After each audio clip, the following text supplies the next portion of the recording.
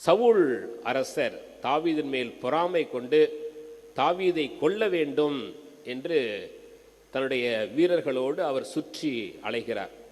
அப்பொழுது தாவீதும் அவரோடு இருந்தவர்களும் நகரத்திலே வாழ முடியாமல் மலைகளிலே குகைகளிலே ஒளிந்து வாழ்ந்து கொண்டிருக்கிறார்கள். அப்பொழுது என்கெதி என்று சொல்லக்கூடிய ஒரு இடத்திலே ஒரு குகையிலே தாவீதும் அவருடைய ஆட்களும் ஒளிந்திருக்கிறார்கள்.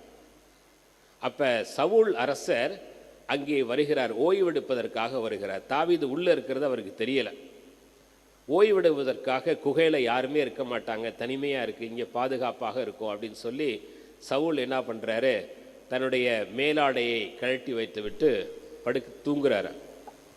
அப்போ தாவீதோடு இருந்தவங்களாம் சொல்கிறாங்க, இதோ உன் எதிரி ஒன்றுமே இல்லாமல் தூங்கிட்டு இருக்கிறான், எனவே அவரை கொல்வதற்கு இதுதான் சரியான நேரம், அவரை பழி வாங்குவதற்கு இதுதான் சரியான நேரம் அப்படின்னு சொல்கிறாங்க. அப்போ தாவீது சொல்கிறாரு, இல்லை இல்லை, ஆண்டவரால் அபிஷேகம் செய்யப்பட்டவர் சவுல் அரசர் கடவுளுக்கு எதிராக தீமை செய்திருந்தாலும் அவர் அபிஷேகம் செய்யப்பட்டவர், எனவே அவரை நான் கொல்ல மாட்டேன், இருந்தாலும் ஆண்டவர் அவரை என் கையில் ஒப்புவித்தார், நான் மன்னித்தேன் என்பதற்கு அடையாளமாக அந்த சவுலுடைய மேலாடையின் ஒரு விளிம்பை துணியை கொஞ்சம் கட் பண்ணி அதை எடுத்துக்கிட்டு போகிறார். எடுத்துகிட்டு போய் மலை உச்சியில் அந்தந்த பக்கம் போய் சவுல்கிட்ட கூவி அழைக்கிறார், இந்த துணியை காட்டுறார். சவுலே, நீ என்னை கொல்ல தேடுகிறாய், இன்றைய நாளையிலே ஆண்டவர் உன்னை என்னிடம் ஒப்புவித்தார், நான் நினச்சிருந்தா உன்னை கொண்டிருக்கலாம், பழி வாங்கக்கூடிய எண்ணம். அப்போ தாவீதுக்கு அந்த மெச்சூரிட்டி வருது பாருங்க, முதிர்ச்சி, இமோஷனல் மெச்சூரிட்டி.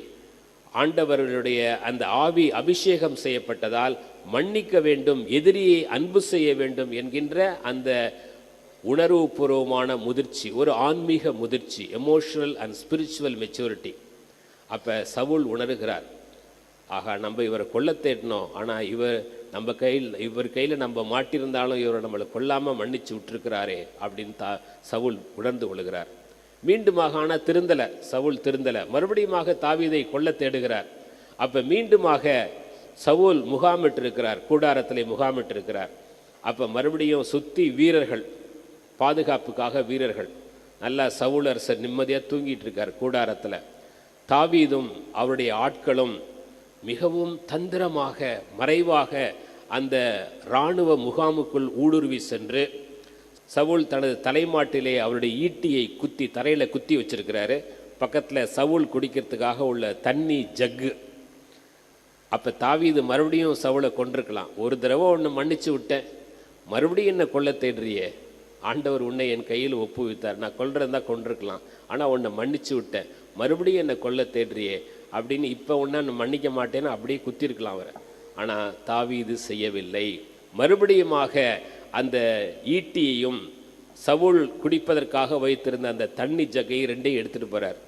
எடுத்துகிட்டு போய் தூரத்தில் போய் நின்றுட்டு சவுல்கிட்ட காட்டுறார், இதுவார் உன்னுடைய ஈட்டியை நான் வைத்திருக்கிறேன், உன்னுடைய தண்ணி ஜக்கை நான் வச்சிருக்கிறேன், இன்று உன்னை ஆண்டவர் என்னிடம் ஒப்புவித்தார், நானா உனக்கு ஒரு தீங்கும் செய்யவில்லை.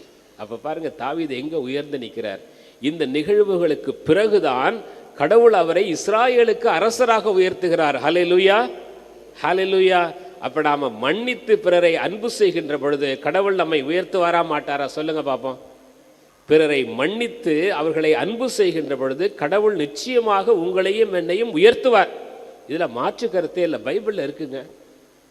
தாவீது அரசரை ஆண்டவர் பக்குவப்படுத்துகிறார். அதனால தான் நீதிமொழிகள் நூலில் சொல்லப்பட்டிருக்கிறது, மன்னிப்பவர் அன்பு செய்பவர் மெய் அறிவாளர். அவங்க தான் அறிவாளி, மெய் அறிவாளர்.